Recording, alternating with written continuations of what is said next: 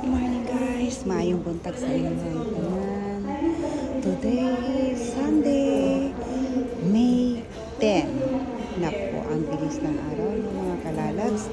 Nandito na po tayo ngayon sa Terminal 2 Narita Airport. Guys, tanaw na to ang menu ng N-Square. Ayan.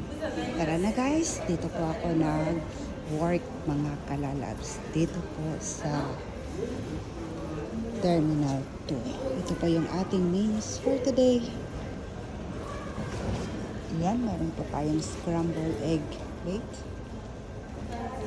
hamburger stick with miso soup, and grilled teriyaki chicken ball, and pancake scrambled egg, and then ham, cheese, lettuce, tomato, and meron po tayong kitsune udon, ramen noodles tonkatsu, and ramen noodles soy sauce.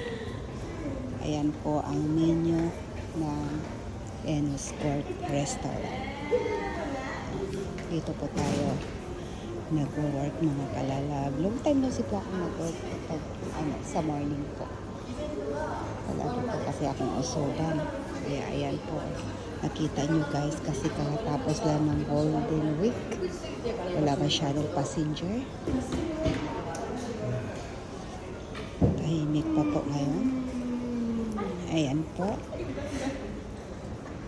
Tara na. Pasok na tayo sa loob. Start na po tayong mag-work. Ayan po ang name ng restaurant dito sa dining terminal.